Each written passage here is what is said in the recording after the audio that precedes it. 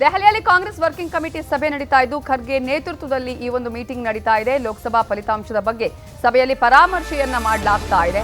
ಜೊತೆಗೆ ವಿಪಕ್ಷ ನಾಯಕನ ಆಯ್ಕೆ ಬಗ್ಗೆ ಕೂಡ ಸಭೆಯಲ್ಲಿ ಚರ್ಚೆ ಆಗುವಂತಹ ಸಾಧ್ಯತೆ ಇದೆ. ಖರ್ಗೆ ಅವರ ನೇತೃತ್ವದಲ್ಲಿ ಈ ಒಂದು ಮೀಟಿಂಗ್ ನಡೆಸಲಾಗ್ತಾ ಇದೆ. ಈಗ ಯಾಕಂದ್ರೆ ಎಐಸಿಸಿ ಅಧ್ಯಕ್ಷರು ಖರ್ಗೆ ಅವರ ನೇತೃತ್ವದಲ್ಲಿ ಲೋಕಸಭಾ ಫಲಿತಾಂಶದ ಬಗ್ಗೆ ಪರಾಮರ್ಶೆಯನ್ನ ನಡೆಸಲಾಗ್ತಾ ಇದೆ. ಇನ್ನು ವಿಪಕ್ಷ ನಾಯಕನ ಆಯ್ಕೆ ಬಗ್ಗೆ ಕೂಡ ಸಭೆಯಲ್ಲಿ ಚರ್ಚೆ ನಡೆಯುತ್ತಾ ಇದೆ.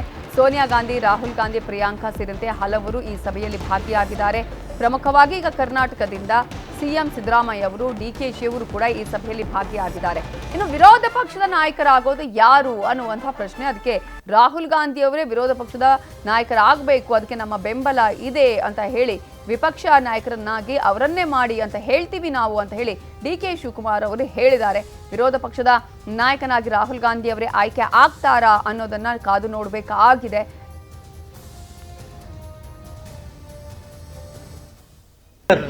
ರಾಹುಲ್ ಗಾಂಧಿ ಅವರು ವಿರೋಧ ಪಕ್ಷ ನಾಯಕರು ಆಯ್ತು,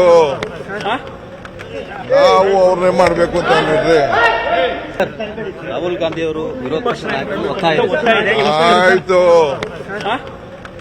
ನಾವು ಅವ್ರನ್ನೇ ಮಾಡ್ಬೇಕು ಅಂತ ಹೇಳಿದ್ರೆ. ನವದೆಹಲಿಯಲ್ಲಿ ನಡೀತಾ ಇರುವ ಕಾಂಗ್ರೆಸ್ ಕಾರ್ಯಕಾರಿಣಿ ಸಭೆಯಲ್ಲಿ ಬಿಕೆ ಹರಿಪ್ರಸಾದ್ ಅವರು ಭಾಗಿಯಾಗಿದ್ದಾರೆ. ಅದಕ್ಕೂ ಮುನ್ನ ಮಾತನಾಡಿದ್ದಾರೆ ಬಿಕೆ ಹರಿಪ್ರಸಾದ್. ಕಾಂಗ್ರೆಸ್ ಅನ್ನ ನೆಲಕಟ್ಟಿಸೋದಕ್ಕೆ ಯಾರಿಂದಲೂ ಸಾಧ್ಯ ಇಲ್ಲ. ಕರ್ನಾಟಕದ ಸೋಲು ಗೆಲುವಿನ ಬಗ್ಗೆ ಸಭೆಯಲ್ಲಿ ಚರ್ಚೆ ಆಗತ್ತೆ ಅಂತ ಹೇಳಿದ್ದಾರೆ. ನಮ್ಮ ಜೊತೆ ಕಾಂಗ್ರೆಸ್ನ ಹಿರಿಯ ನಾಯಕ ಮತ್ತು ಕಾಂಗ್ರೆಸ್ನ ವರ್ಕಿಂಗ್ ಕಮಿಟಿ ಸದಸ್ಯರಾಗಿರ್ತಕ್ಕಂಥ ಬಿಕೆ ಹರಿಪ್ರಸಾದ್ ರವರಿದ್ದಾರೆ. ಬಿಕೆ ಹರಿಪ್ರಸಾದ್ ಅವರು ಕಾಂಗ್ರೆಸ್ನ ವರ್ಕಿಂಗ್ ಕಮಿಟಿ ಸಭೆಗೆ ಇವತ್ತು ಭಾಗವಹಿಸಿದ್ದಾರೆ. ಬನ್ನಿ, ಸಭೆಯ ಅಜೆಂಡಗಳು ಮತ್ತು ಸಭೆಯಲ್ಲಿ ಮುನ್ನೋಟಗಳು ಎಲ್ಲದರ ಬಗ್ಗೆ ನಮ್ಮ ಜೊತೆ ಮಾತನಾಡ್ತಾರೆ. ಸರ್, ಇವತ್ತಿನ ಸಭೆ ಎಷ್ಟು ಮಹತ್ವ ಸರ್? ಕಾಂಗ್ರೆಸ್ ಕಾರ್ಯಕಾರಿ ಸಮಿತಿ ಸಭೆ ಚುನಾವಣೆ ನಂತರ ನಡೀತಕ್ಕಂಥ ಒಂದು ಸಂಪ್ರದಾಯ. ಚುನಾವಣೆ ಫಲಿತಾಂಶ ಬಂದ ನಂತರ ಕಾಂಗ್ರೆಸ್ ಕಾರ್ಯಕಾರಿ ಸಮಿತಿಯನ್ನು ಕರೆದಿದ್ದಾರೆ. ಅಲ್ಲಿ ಯಾವ ರೀತಿಯ ಅಜೆಂಡಾ ಬರುತ್ತೆ ಅಂತ ನೋಡಿ ಅದರ ಮೇಲೆ ನಿರ್ಣಯ ಆಗುತ್ತೆ. ಸರ್, ಕರ್ನಾಟಕದಲ್ಲಿ ಸರ್ಕಾರ ಇದ್ರೂ ಕೂಡ ಕಡಿಮೆ ಸ್ಥಾನಗಳು ಬಂದಿರತಕ್ಕಂಥದ್ದು ದೇಶಾದ್ಯಂತ ಚರ್ಚೆ ಆಗ್ತಿದೆ.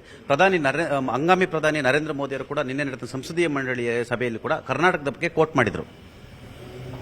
ಅದು ಯಾವ ರೀತಿಯ ಫಲಿತಾಂಶ ಬಂದಿದೆ ಅಂತ ಹೇಳಿ ಮುಂದೆ ಬರ್ತಕ್ಕಂಥ ದಿನಗಳಲ್ಲಿ ಈಗಾಗಲೇ ಮುಖ್ಯಮಂತ್ರಿಗಳು, ಅಧ್ಯಕ್ಷರು ಹೇಳಿದ್ದಾರೆ. ಅದರ ಬಗ್ಗೆ ಚರ್ಚೆ ಮಾಡಬೇಕು ಅಂತ ಮಾಡಿದಾಗ ಗೊತ್ತಾಗುತ್ತೆ. ಇದೊಂದು ಆತ್ಮಾವಲೋಕನ ಆಗಬೇಕು ಅಂತ ತಾವು ಹಿರಿಯ ನಾಯಕರಾಗಿ ಬಯಸ್ತೀರಾ ಸರ್? ಚರ್ಚೆ ಸೋತಿರೋದು ಯಾಕೆ ಅನ್ನೋದು ಗೊತ್ತಾಗಬೇಕಲ್ಲ, ಆತ್ಮಾವಲೋಕನ ಆಗಬೇಕು. ಸರ್, 18 ಸಚಿವರು ಸ್ವತಃ ಮುಖ್ಯಮಂತ್ರಿಗಳು ಸೇರಿದಂತೆ ಹಿನ್ನಡೆಯನ್ನು ಅನುಭವಿಸಿರ್ತಕ್ಕಂಥದ್ದು. ಸರ್ಕಾರ ಇದ್ದು ಕೂಡ ಒಂದು ಪಕ್ಷಕ್ಕೆ ಅತಿ ಹೆಚ್ಚು ಸ್ಥಾನಗಳನ್ನು ಕೊಡಿಸ್ಲಿಕ್ಕೆ ಆಗಲಿಲ್ಲ ಅಂತ ಹೇಳಿದ್ರೆ ಎಲ್ಲಿನ ವ್ಯವಸ್ಥೆ ಯಾವ ರೀತಿ ಇದೆ ಸರ್? ಲೋಕಸಭಾ ಚುನಾವಣೆ ಮತ್ತು ರಾಜ್ಯದ ವಿಧಾನಸಭಾ ಚುನಾವಣೆ ಬೇರೆ ಬೇರೆ ಚುನಾವಣೆಗಳು. ಆದ್ದರಿಂದ ಅದರ ಬಗ್ಗೆ ಚರ್ಚೆ ಆದಾಗ ಅದರ ಪ್ರತಿ ವಿಚಾರಗಳು ಸಹ ಹೊರಗಡೆ ಬರುತ್ತೆ. ಕಾಂಗ್ರೆಸ್ 99 ಸೀಟ್ಗಳು ಬಂದಿರುವಂಥದ್ದು ಇಲ್ಲೊಂದು ಕಡೆ ಕಾಂಗ್ರೆಸ್ಗೆ ಇದೊಂಥರ ಆಕ್ಸಿಜನ್ ಆದಂತ. ಕಾಂಗ್ರೆಸ್ ಯಾವತ್ತೂ ಸಹ ಕಾಂಗ್ರೆಸ್ ಮುಕ್ತ ಭಾರತ್ ಅಂತ ಹೇಳಿ ವಿಶ್ವಗುರು ಬಹಳ ಹೊಡ್ಕೋತಾ ಇದ್ರು. ಅದು ಕಾಂಗ್ರೆಸ್ ಮುಕ್ತ ಆಗೋದಿಲ್ಲ ಅನ್ನೋದನ್ನು ಬಹಳ ಸ್ಪಷ್ಟವಾಗಿ ತಿಳಿಸಿದೆ. ಸರ್, ಇವತ್ತಿನ ಸಭೆಯಲ್ಲಿ ತಾವು ಏನೆಲ್ಲ ವಿಚಾರನ ಪ್ರಸ್ತಾಪ ಮಾಡಿಸಬೇಕಂತ? ಪ್ರಸ್ತಾಪ ಇಲ್ಲ. ಈ ಚುನಾವಣೆ ಆದ ನಂತರ ಮೊದಲನೇ ಬಾರಿಗೆ ಇದು ಕಾರ್ಯಕಾರಿ ಸಭೆ. ನೋಡೋಣ ಚರ್ಚೆ ಏನಾಗುತ್ತೆ. ಕರ್ನಾಟಕದಲ್ಲಿ ಕಾಂಗ್ರೆಸ್ನ ಲೋಕಸಭೆ ಹೀನಾಯ ಸೋಲು, ನಿಮ್ಮ ಹರಿಪ್ರಸಾದ್ ಅಂತ ನಾಯಕರನ್ನ ಮತ್ತೆ ಮಂತ್ರಿ ಅಥವಾ ಮತ್ತೊಂದಷ್ಟು ಮುನ್ನೆಲೆ ತರಲಿಕ್ಕೆ ಅವಕಾಶ ಆಗುತ್ತೆ? ಅದಕ್ಕೆಲ್ಲ ವಿಚಾರಗಳಿಲ್ಲ. ಈಗ ಬೇರೆ, ಈಗ ಯಾರು ಸಂವಿಧಾನ ಬದಲಾವಣೆ ಮಾಡ್ತೀನಿ ಅಂತ ಬಂದಿದ್ರು, ಯಾರು ಪ್ರಜಾತಂತ್ರದ ವಿರುದ್ಧವಾಗಿದ್ದರು, ಅವರನ್ನ ಮನೆಗೆ ಕಳಿಸಬೇಕಾದ್ರೆ ಕಳಿಸಾಯ್ತು. ಮುಂದೆ ನೋಡೋಣ. ಇದು ಬಿಕೆ ಹರಿಪ್ರಸಾದ್ ಅವರ ಅಭಿಪ್ರಾಯ. ಒಟ್ಟಾರೆ ಹರಿಪ್ರಸಾದ್ ಅವರು ಕರ್ನಾಟಕದ ಸೋಲಿನ ಆತ್ಮಾವಲೋಕನ ಕೂಡ ನಡೆಯುತ್ತೆ ಮತ್ತು ಸಿಡಬ್ಲ್ಯೂಸಿಯಲ್ಲಿ ಒಟ್ಟಾರೆ ಚುನಾವಣೆಯ ನಡೆದಂಥದ್ದು ಮತ್ತು ಚುನಾವಣೆ ಸೋಲು ಗೆಲುವಿನ ಪರಾಮರ್ಶೆ ಕೂಡ ನಡೀತಿದೆ ಎಂಬ ಮಾತನ್ನು ಕೂಡ ಹೇಳಿದರು. ಕ್ಯಾಮರಾ ಪರ್ಸನ್ ಶಿವಪ್ಪ ಜೊತೆ ಚಿದಾನಂದ್ ಪಟೇಲ್, ನ್ಯೂಸ್ 18 ಕನ್ನಡ, ನವದೆಹಲಿ. ಕನ್ನಡಿಗರ ಮೆಚ್ಚಿನ ನಿಮ್ಮ ನ್ಯೂಸ್ 18 ಕನ್ನಡ ಈಗ ವಾಟ್ಸ್ಆಪ್ನಲ್ಲಿಯೂ ಲಭ್ಯ. ಕರ್ನಾಟಕ ಮತ್ತು ದೇಶ ವಿದೇಶದ 360 ಡಿಗ್ರಿ ಸುದ್ದಿ ವಿವರವನ್ನ ನೀವು ನಿಮ್ಮ ಕೈ ಬೆರಳುಗಳಲ್ಲಿಯೇ ಪಡೆಯೋದಿಕ್ಕೆ ಈ QR ಕೋಡ್ ಅನ್ನ ಸ್ಕ್ಯಾನ್ ಮಾಡಿ. ನಮ್ಮ ಚಾನೆಲ್ ಅನ್ನ ಫಾಲೋ ಮಾಡಿ, ನೋಟಿಫಿಕೇಶನ್ ಆನ್ ಮಾಡಿ.